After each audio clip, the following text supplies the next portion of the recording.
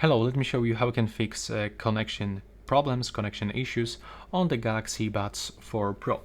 So first of all, what you can try to do is just to simply open the settings of your earbuds, if it is actually possible, and you have to try to reset them by going to the Manage Connection, click Reset, and just click on this button. But if you cannot do this because you didn't even connect them, because it wasn't possible, so what you can do here, just go for the boot settings and turn them off. Now go for their general management on your phone, or the general settings actually, and you have to search for this option to reset the Bluetooth settings on your smartphone. Just simply do this, and after that I will recommend you to reboot your phone. So that's how it looks in the Samsung phone. Just click on the restart, wait until it turn on, turn off, and turn on.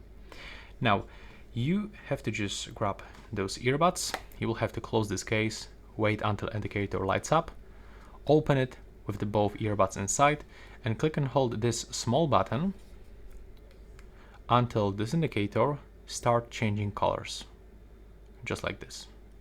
Now you can release, and right now you have to go into the connections, enable Bluetooth on your phone, open this Bluetooth settings, and simply try to scan or even restart your Bluetooth manually and find your earbuds.